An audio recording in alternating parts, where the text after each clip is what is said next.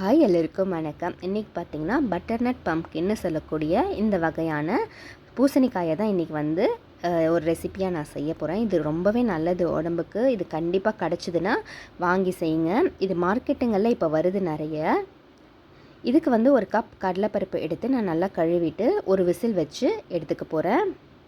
இது செய்கிறது ரொம்பவே ஈஸிங்க. டேஸ்ட்டும் ரொம்ப சூப்பராக இருக்கும். நம்ம மஞ்சள் பூசணிக்காய் செய்வோம்ல, கிட்டத்தட்ட அதே மாதிரி தான் இருக்கும் டேஸ்ட்டு. இது மேல் தோலை இந்த மாதிரி நல்லா சீவிட்டு சின்ன சின்ன பீசஸாக நம்ம கட் பண்ணிக்கலாம். இதில் நிறைய சூப்ஸ் வைக்கிறாங்க, பொரியல் பண்ணுறாங்க. ஆனால் இந்த மாதிரி கூட்டு பண்ணும்போது ரொம்பவே டேஸ்ட்டாக இருக்குது. இது நான் இப்போ தான் ஃபஸ்ட் டைம் செஞ்சு பார்க்குறேன். அதை நான் அவங்க கூட ஷேர் பண்ணிக்கிட்டேன். நடுவில் இந்த மாதிரி அதோட விதைங்கள்லாம் எடுத்துடலாம். நம்ம இது பார்க்குறதுக்கு ஷேப் தான் வேறு மாதிரி இருக்கும். ஆனால் நம்ம மஞ்சள் பூசணிக்காய் மாதிரி தான் இருக்கும். அதை பரங்கிக்காய்னு சொல்லுவோம்ல, அதே மாதிரி தான் டேஸ்ட் இருக்குது. நீங்கள் கூகுளில் சர்ச் பண்ணி பார்த்தீங்கன்னா உங்களுக்கே தெரியும். இப்போ இது உள்ளே இருக்க விதைங்கள்லாம் எடுத்துகிட்டு நம்ம சின்ன சின்ன பீசஸாக கட் பண்ணி எடுத்துக்கலாம்.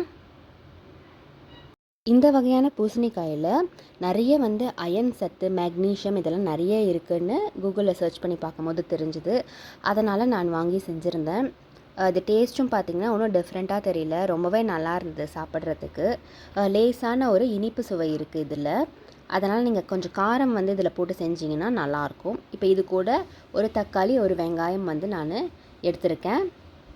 இப்போ இந்த கடலைப்பருப்பை நம்ம வேக வச்சு இந்த மாதிரி எடுத்து வச்சுக்கிட்டோம். இதில் நம்ம நறுக்கி வச்சுருக்க இந்த தக்காளி, வெங்காயம், இந்த பூசணிக்காய் எல்லாத்தையுமே சேர்த்து ஒரே ஒரு விசில் மட்டும் வச்சு இறக்கிட்டிங்கனாலே போதும். இது சீக்கிரமாகவே வெந்துடுது இந்த காய். அதனால் ரொம்ப நேரம் வைக்கணும்னு அவசியம் இல்லை. இப்போ இது எல்லாத்தையுமே சேர்த்துட்டு இதுக்கு தேவையான அளவுக்கு உப்பு மட்டும் சேர்த்துக்கலாம். கூடவே ஒரு 1/4 டீஸ்பூன் அளவுக்கு மஞ்சள் தூள் சேர்த்துட்டு நம்ம குக்கரை க்ளோஸ் பண்ணி ஒரே ஒரு விசில் வச்சு நம்ம இறக்கிக்க போகிறோம். இது ரொம்பவே சிம்பிள் தான் செய்யறது. இப்போ ஸ்டவ்வில் வச்சு ஆன் பண்ணிட்டு ஒரு விசில் வந்துருச்சு. வந்ததுமே நம்ம ஸ்டவ் ஆஃப் பண்ணிட வேண்டியது தான். இப்போ இதுக்கு பார்த்தீங்கன்னா ஒரு 2 பத்த தேங்காய், 1 டீஸ்பூன் அளவுக்கு சீரகம், காரத்துக்கு 2 பச்சை மிளகாய் எடுத்திருக்கேன். இந்த பச்சை மிளகாய் நல்லா காரமாக இருக்கிறதுனால நான் 2 தான் சேர்த்துருக்கேன்.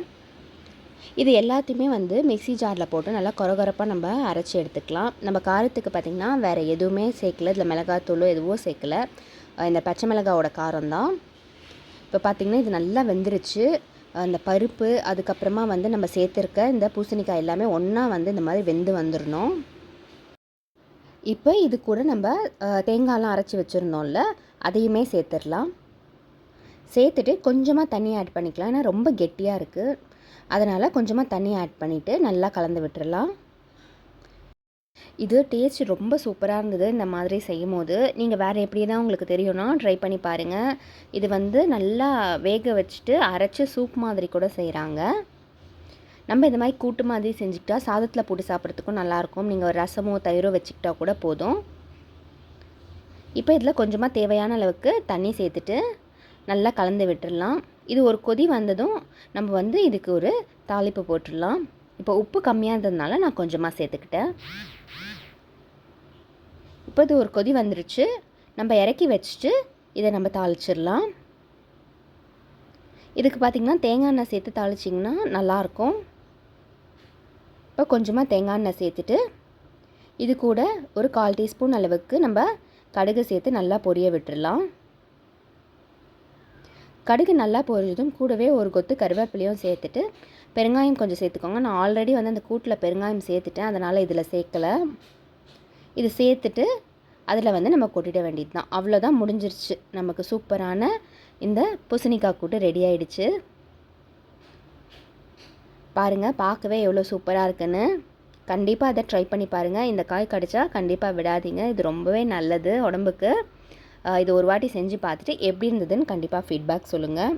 இந்த வீடியோ உங்கள் எல்லாருக்குமே பிடிச்சிருக்கும்னு நினைக்கிறேன். பிடிச்சிருந்ததா ப்ளீஸ் மறக்காமல் லைக் பண்ணுங்கள், ஷேர் பண்ணுங்கள், கமெண்ட் பண்ணுங்கள், சப்ஸ்கிரைப் பண்ணிவிடுங்க. தேங்க்யூ.